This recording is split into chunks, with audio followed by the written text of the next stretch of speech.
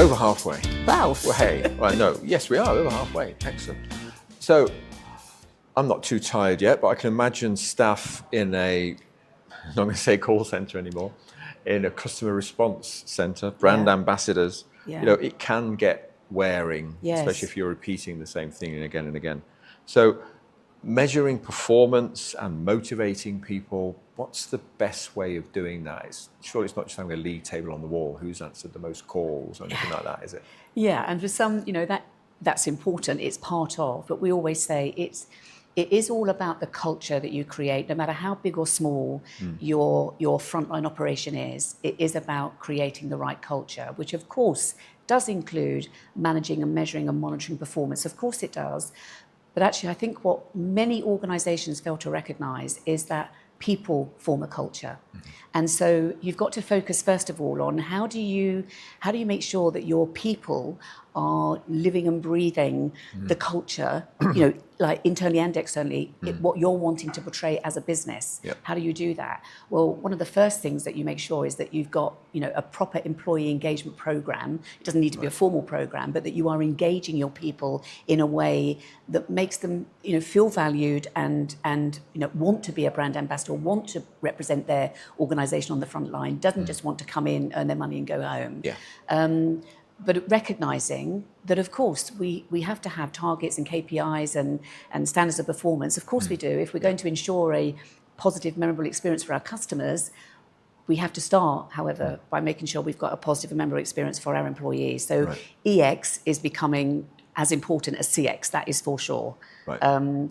Each year I judge at the Employee Experience Awards for Awards International, and each year I am blown away by some of the employee engagement programs that some amazing organisations put together.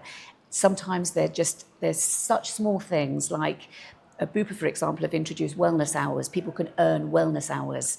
Right. I love that idea of, being able to leave 1 hour earlier for a wellness hour. Right. That wellness hour for some people is to go and do some retail therapy. For others, it is to go to the gym. For others, it's to go home, make themselves a cup of tea or pour themselves a glass of wine or a beer and watch a load of rubbish television. Homes under the hammer. Yes, Why exactly. not? For them, so it's, to me, it's lots of small things that can make a really big difference to the employee's experience. Right. So that when they are in that, let's face it, for a lot of frontline operations, it is very repetitive. Yeah. It is kind of the same old that's coming at them day in, day out, especially for those operations that are literally only working on the more difficult conversations that need to be had. Yeah. It is that can be tough going. And sometimes I think feel a little bit like pushing water uphill with a fork, for some of them. Yeah. And I guess also a good manager in that area will spot when somebody's flagging. Yeah, I mean, totally. You've watched that series Ambulance, where you've got the people in the the 999 in the call response, centre, yes, and after a particularly difficult call where it's life and death, and sometimes death, then the manager swoops in immediately and says, "Come on, let's go out, let's make a cup of tea, let's give you some time to get around that." So we have a client actually who has a red, green, and white flag system. When the white flag goes up. When the red flag goes up, it needs, I need a floor walker. I need someone to come and help me. When the white flag goes up, it's like, I've lost it. I actually need you to take over the call. So when you're recruiting for those kind of roles, I guess there's the language in that really helps. Yes. If you want to recruit certain kinds of people. Yes. Yeah. So, and talking about not just on target earnings are this, but this is our program. Absolutely, and looking at the whole employee benefits solution package. That of course salary is important, and nobody's suggesting that it isn't important. But actually, people think that it is the be all and end all. It absolutely is not, and actually post-COVID even more so. Yeah. There's been some research done recently around benefits packages and what they should now be involved in, like small things, as we said, like, what is it to Bupa to be giving an hour, that hour wellness hour? It's low cost to them, but it's such high value to that employee. So looking at the whole employee benefits package is a really important thing. But also, we always say, this has always been the case, I think, particularly within the customer service environment, actually, and the sales environment, that recruit for will and train for skill, because actually recruiting the right personality and that relates very closely to emotional intelligence as well. Recruiting the right behaviours. Yes. That's the most important thing, because actually training that in is so much more difficult than training in for skill. Yes. And a curveball question, you didn't know this one was coming. Can you operate a customer response centre from people working at home? Or is it swinging back round now to saying, come on in, be a team? Yeah. It's not such a curveball question for me, and I'll tell you for why, Mark, because I am on my own. I do get this. I am on my own, apart from one client, and he is one of the directors, but he is the only person of our entire client base that agrees with me. I would have, when it's a front line, when you are operating a front line, I absolutely get that when you are back office, I think it makes perfect sense. It's cost efficient, it's time efficient, it's actually mental health efficient for people to be working from home. But I think when you operate a front line, when culture is key, creating or maintaining that culture when you are remote, like we were during COVID, and or even work in a hybrid environment.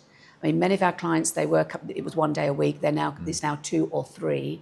So I don't think it will ever go back. As much as I would love it, I don't think it will ever go back where front lines will be 5 days a week or shift work, 7 days a week. If they're a 24/7 operation, I don't think that will ever happen.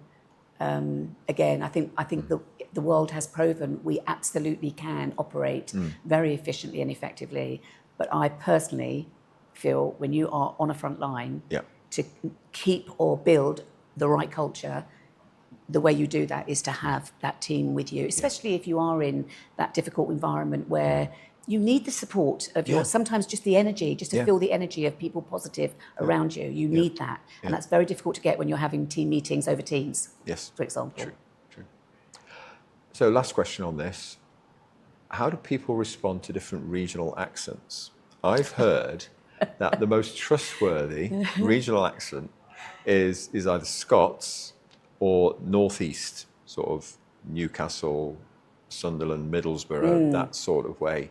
Have you got any feedback on that? Well, there was it's quite some time ago now, and I'm sure there's probably been a later survey done, but there was a fascinating research study done by Warwick University in conjunction with, I think it was the Call Centre Association, who at the time were kind of advising large organisations about where to site brown or greenfield sites for their call centres. So we're going way back, and they researched 47 different regional accents, and the top 3 was the male Edinburgh accent, so the Sean Connery accent, not the Glaswegian accent, and not the female. So the male Edinburgh accent, the Sean Connery accent, the number 1 most pleasing accent to the ear. That's what they described it as, most pleasing accent to the ear, followed quite closely by the male and female Southern Irish accent, so not the Belfast accent, the Dublin accent, being the second most pleasing accent to the ear, and the third was the Northwest, which obviously covered all of Cheshire and the Wirral, but obviously not Liverpool. That was also fairly low down. But Manchester, part of, I think it didn't go as far as Leeds, but it's certainly kind of, all the whole of the Northwest. Seen as being the most pleasing accent, the most friendliest. That one. Friendliest. The Northeast accent's a really interesting one, because in the face-to-face study that was done at a very similar time, at the face-to-face study, the Northeast accent was right up there in the top 5, and yet it was in the bottom 10 in the telephone. And I think that's because I know a few Geordies, and I think it's because visually they are incredibly expressive. And I think that's probably why face-to-face they are seen to be very appealing, very pleasing. But when you don't have that visual element, not so pleasing on the ear. Fascinating. You could talk for hours on that, couldn't we? Yeah. I'm not going to go into the bad ones. We're not here to do that. No. Okay. We'll stop there.